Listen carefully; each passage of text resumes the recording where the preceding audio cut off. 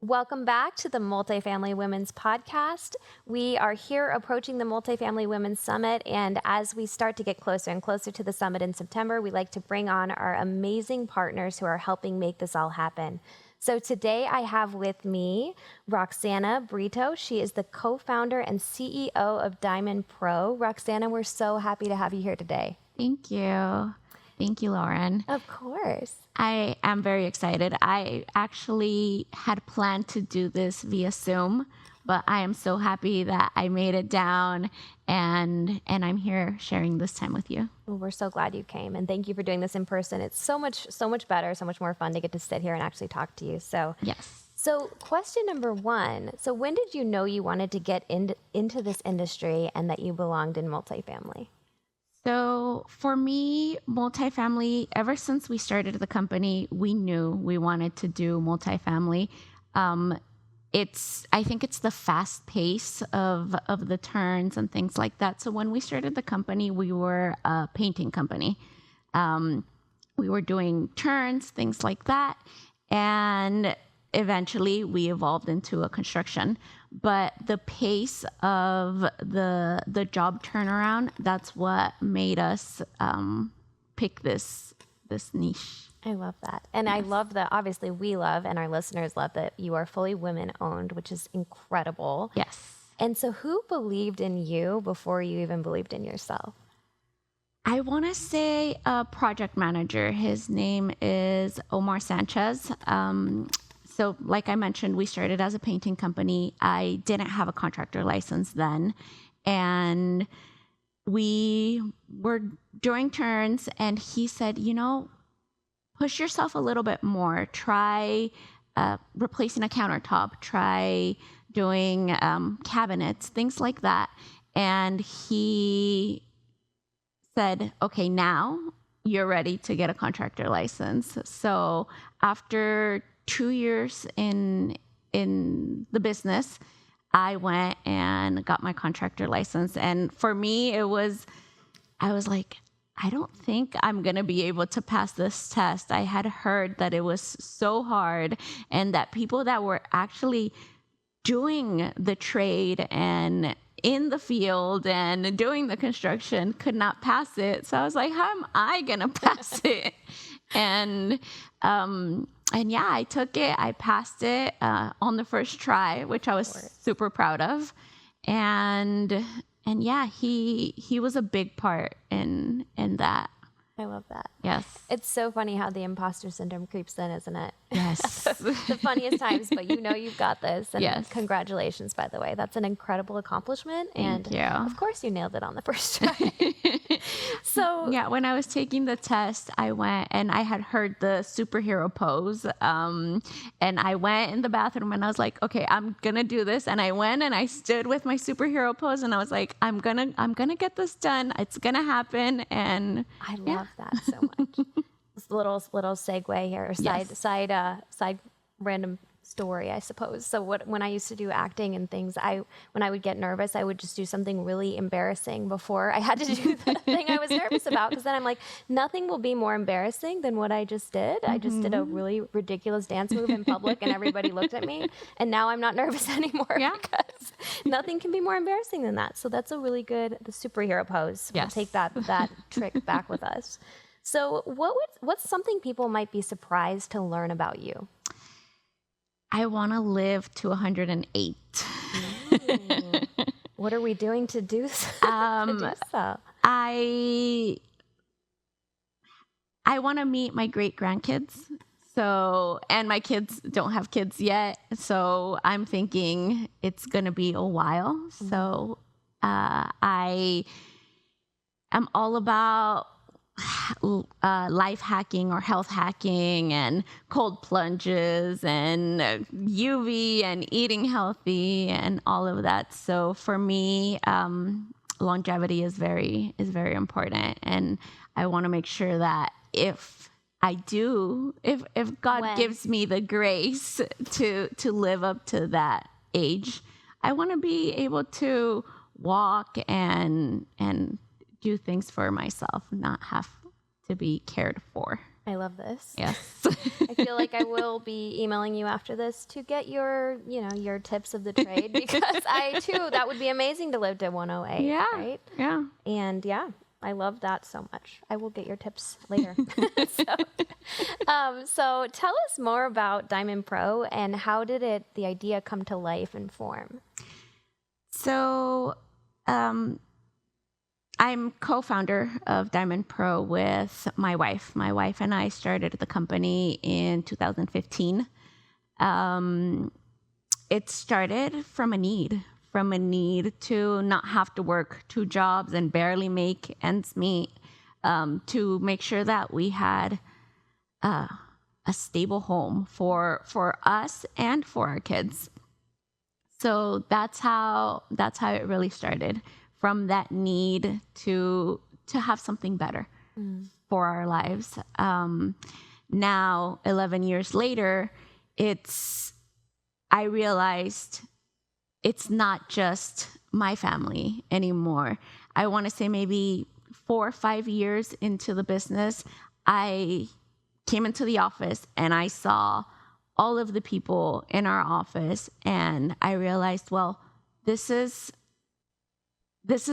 responsibility that I had for my family, now I also have for everybody that works with us. And I said, well, this is now mine. So I am here for as long as I can be here. I'm going to grow this business. And my wife and I, we've been very blessed, I want to say, with having the correct people and having the correct opportunities and knowing when to take those opportunities. So, yeah. That's such a beautiful answer. And honestly, I think you can feel that your heart is in it, and that your heart is in with your people. Mm-hmm. And I think that they can feel that too, that type of culture, and just feeling like you have their back. I just think they're so lucky to have you. Yes, conversely. thank you. I love that. And so what has building this company meant to you personally? I want to say it's been a struggle. It has been a struggle. When we started, we didn't know about running a business. We didn't know about SOPs or financials or anything. We just said, we want something better. Let's go and let's see what happens, I think was our idea. And we went with the idea of, let's burn the bridges, and we're gonna go and there's no turning back. So it's been a struggle. Yes, it hasn't been something that is super easy, but it's been also very rewarding. Being able to have a team behind us, being able to give them fair paying jobs, because a lot of people do live paycheck to paycheck, and being able to give them this possibility that, okay, you're not just going to live paycheck to paycheck, you're also going to have a little bit extra money to save or to invest, to create something for yourself. I think that's been, I love that. yeah. I feel like you can just tell how much you care about your people, and it's such a wonderful thing for somebody to be a part of a culture like that. You can't even put into words, and I'm sure that creates so much loyalty for your team as well. That's wonderful. So what's the decision then that changed everything for you? I think seeing that that it wasn't just us anymore.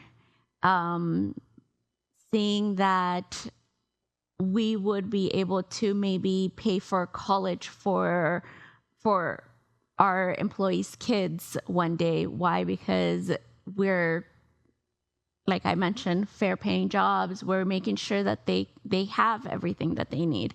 Mm-hmm. So seeing that made it super possible to say, okay, this is it for us. This is the decision that we've made, that it's gonna last. This company has to last because it belongs to everybody that works with us. Yeah. I love that. That's so great. I love how you think about being a leader, but also a community at the same time. And so construction isn't typically necessarily a women heavy area of our business, right? Yes. And so what is it like being a woman leading in the construction kind of part of our sector of our industry?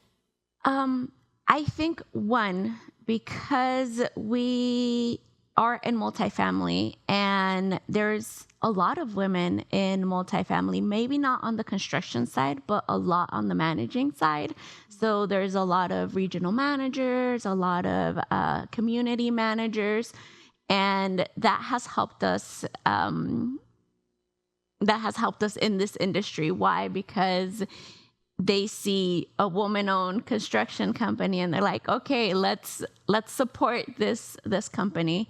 But it's also been a little tough showing up to bid a job and thinking, oh, well, we're the cleaning crew or things like that. Those are things that have happened to us. Okay. But I feel like it's been, like I mentioned, it's been very rewarding, and being able to sit here and talk about everything that we've gone through in the company as a woman-owned company, it's pretty amazing. Yeah, it is amazing. I'm sitting here applauding you because it's true. It's not a women-heavy industry typically, the construction side of our industry. So I think that's really amazing that you took the leap and did that. And so what do you know now that you wish someone had told you? Ooh.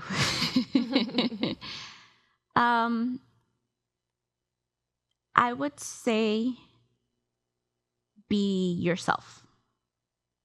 Because when I started in this industry, like we've said, construction is a very male dominant. So I wouldn't wear makeup. I wouldn't do my nails. It was very, oh no, I have to be like one of the guys. But through the years, I noticed that no, I have to be myself. I can't be pretending. And so I decided to start doing my nails, things like that. Also, another thing I would say is keeping. I honestly, I think that. I mean, that alone, it really is interesting how who we think we need to be to fit into the mold of, what we perceive that area to be, right? It's like, I'm putting that on myself. Nobody's asked me to be this, right? But I understand that. And I think a lot of our listeners have had similar struggles with how do I present myself in this version of the industry while still being myself and keeping my unique authenticity. Yeah. And I'm so glad that you landed on just deciding to be yourself. Yeah. because I think... And it's exhausting. It is exhausting. You're right. Well, because you want to show up as your best version of yourself. And, some days you just have to be who you are and feel the feels and let them out. And it's amazing that you're leaning into authenticity. And I think that's a really great point that you're making for our listeners to hear. You're building a business and you want to show up as, a business person, but also you are a person. Yeah. And so remain a person. I love that. And so how do you earn trust on a job site, in a boardroom? I guess leaning into your authentic self. What do you think is the key there? Be prepared. Yes, I show up as myself, but myself is also prepared.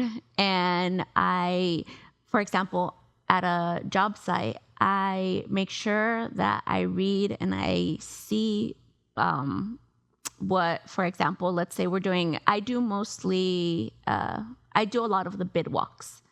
So I'll go and I'll meet with the client and review the RFP, make sure that we have everything in line to be able to send this proposal and get a job. So I make sure that I know the codes.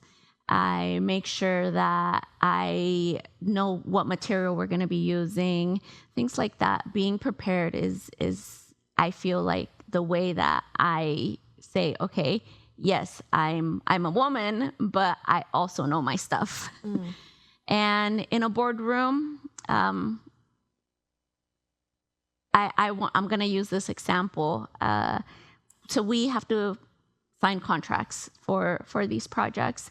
And there was a line item in the contract that wasn't favorable to us. So being able to know the contracts, to review these contracts and say, okay, hey, Mr. Client, this is very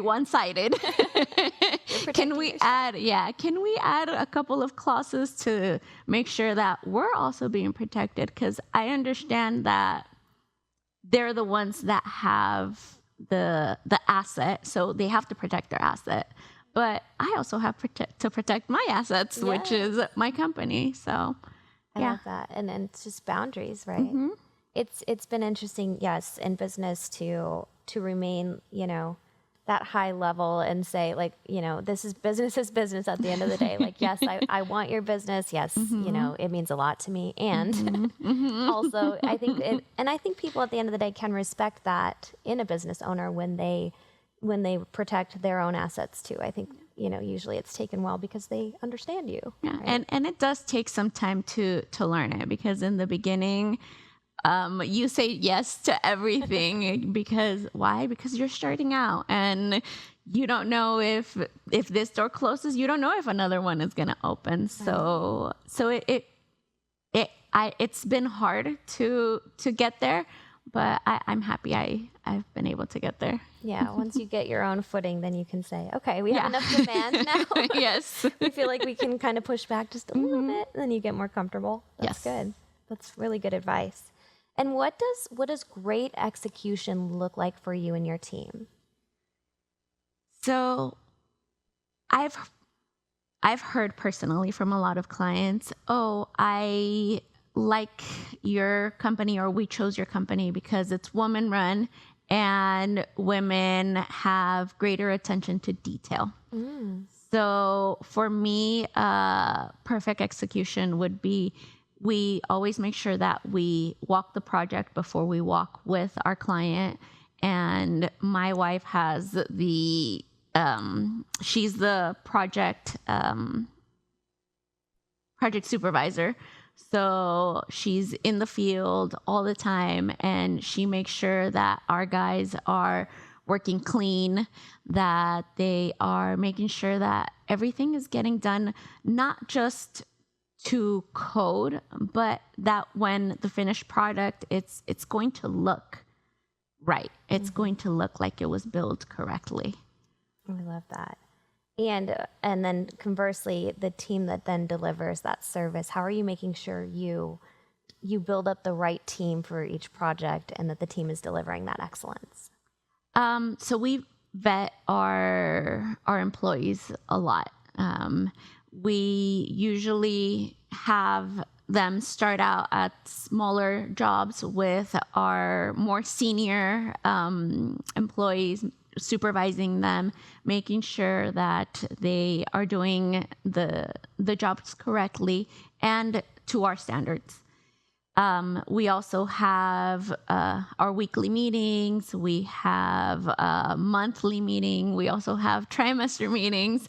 It's just, I feel like it's making sure that you always give that follow-up or that reminder of, okay, this is how things are supposed to be, and these are the standards. Just that little reminder to make sure it's fresh in their mind. Love that. That's a great answer. And that kind of leans into this question around pressure, right? Everybody's under some sort of pressure, whether it be from, from ownership, from, your clients, from your employees. So for everyone listening right now, what gives you optimism about our industry, the way we handle pressure, just the industry as a whole? So I was at the multifamily a multifamily event in Los Angeles that Marcus and Millichap hosted. And they mentioned, you know what, this industry has its ups, has its way downs, and it's the CEO actually spoke about how many ups and downs he has been through. And yeah, right now we are at, I want to say, a low. But what keeps me optimistic, one, is that we're always going to go back to that high. But in multifamily, there's always something to do. Even if it's not a huge project, there's always incidentals. There's always things that can arise, and that's where we come in and help our client to ease that pressure from them.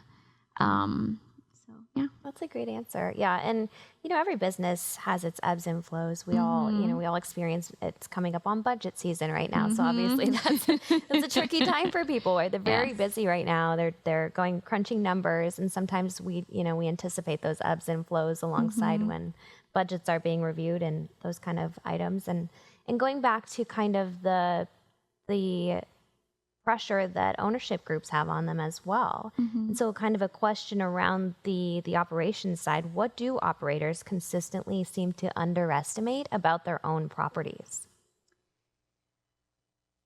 I would say, I'm glad you brought up budgeting season because I've noticed that there's times that budgets don't meet the realistic. Yeah. What? Really? No, I'm just kidding. Yes. I was like, who set this budget? Because no, we will not be able to get it done. I think it's very important for operators, if you are a owner and you are operating, and working on your properties. And even if you are a project or an asset manager in a property management company, I think it's very important to get out to the property and visit the property and see the needs of the property. Because I've spoken to so many community managers that we're actively doing jobs, and they're like, I would have spent the money in this, because they're the ones that are there day to day dealing with tenant issues and complaints and things like that. So I would say, one, get to the properties, and two, very important, listen to your community managers, because they're the boots on the ground. Yes.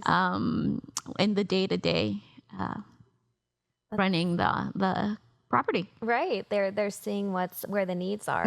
That's great advice. And, I don't think a lot of people often do that. And it's a huge kind of pet peeve of mine too, is the number of people that maybe even at the corporate, on the corporate side of operations, I've asked them, have you ever visited the properties? Like, how many properties did you go visit this month? And they're like, no, I've never gone to. You mean go to a property? I'm like, yes, that property, the one that you're building the budget for. Maybe you should, go visit it. So yes, and a lot of that falls on the regional teams too, I'm sure. And as we know, there's a lot. We have empathy. There's a lot to those jobs, but. Yes. I think that's great advice. Like, actually visit the sites, really see what they need, and speak to the people who are on the ground at any given moment. Yes. And is that the same as what you would have them look at with a fresh set of eyes, or do you have additional, maybe if you could wave a magic wand and give them a new perspective on something, what would that be? I think I would go back to go visit your site. Yeah. I honestly think that's the number one thing that I see is missed from the people creating the budgets. It's, again, if you're creating a budget for something, you have to get eyes on it and see, oh, well, maybe I've seen, for example, parking lots. Oh, we have money in the budget to redo this parking lot. Wait, the parking lot looks great. Why do you have money in the budget? But I don't know, your windows are falling apart. Can we move that money to windows because your parking lot is perfect? Yeah. So definitely go visit that site. Go visit the site. Yes. Always. And I would even like go a step further to say, you know, visit the sites without announcing that you're going to visit the site, right? Yes. 'Cause a lot of times the site team is scrambling and they view you know, someone in upper management or regional, anybody visiting as, and investors even, visiting as this thing where it's, okay, all hands on deck, get the property ready to be viewed by this person, right? Yes. But actually seeing it in the day-to-day is really what's important to see where, okay, if there is, you know, some extra trash around the bins, is that, you know, our team is rushing to make sure when ownership comes that we're putting the trash back in the bin, and or do we just get a second bin? Yeah. Right. And so sometimes running into those issues is actually a good thing because it's showing you where your team needs extra support. So visit your sites also, like, without announcing that you're going to be there, right? Yes, kind of like a secret shopper. Yes, exactly. That's wonderful advice. So kind of pivoting to the resident side of things. So our residents make quiet decisions about where they live every single day. What have you learned about what actually keeps them home? Seeing that the property management company is making sure that they're upkeeping the building. I think it's very important when they come and they see, they're painting, or they're replacing the floor in the common areas. I think everybody wants to live somewhere where, one, definitely it's affordable, but two, where it looks nice. You want to be proud of where you live. You want to be able to invite friends and say, oh yeah, this is the building and it's always clean. And so I think making sure that you maintain the building is very important, that it's not falling apart. Yes, that would be nice. Yes. It goes very, very good hand in hand with what you were talking about just visiting, making sure things seem, you know, up to speed and clean and good for our residents, right? That's ultimately who we're serving at the end of the day. Yes. Yes. Those are our final clients, are the residents, because it's, and I see it when we do like capital projects. We did, in West Covina, so our company is in California. In West Covina, we did a project where we had to redo the balconies in the entire property. And even speaking with the manager before we started the project, she was like, our tenants are very particular. Make sure you park in the designated areas, make sure that you don't block them, and being able to keep up with all of these logistics, when we finished the project, we got a feedback saying, you know what, our tenants loved you guys. They didn't complain, and that also helps the community manager with all of the headaches of, hey, this person is doing this. Oh, hey, this, because when you really think about it, the tenants are the eyes and ears of the managers. If they see something, why? Because this is their home. If they see something that's out of line, they're definitely going to call and complain. So yeah. I love that you're thinking about that. And I don't think I hear people think about that often, is how will doing this work disturb, you know, potentially could disturb the peace of the residents while it's happening, right? Yeah. So working alongside your team to be able to make sure that we are doing this with as minimal, you know, daily disturbances as possible to the residents is such an incredible thing that you're thinking about. Yeah. And that's a huge compliment for someone to say to you, right? Like, Yes. they actually really enjoyed having you there while you're performing confirming work, that's a huge feat. Yeah, while you're drilling and hammering and doing all of this in their unit, they really enjoyed having you. That's a huge compliment because, nobody likes to live through renovations. Let's just put that out there. But No. but it's great that your team actually makes that enjoyable and it makes it like an experience, right? And they have something beautiful at the end of it. So I love that. Is there anything, if you could leave every leader listening to this episode with one thing, what would that be? I would say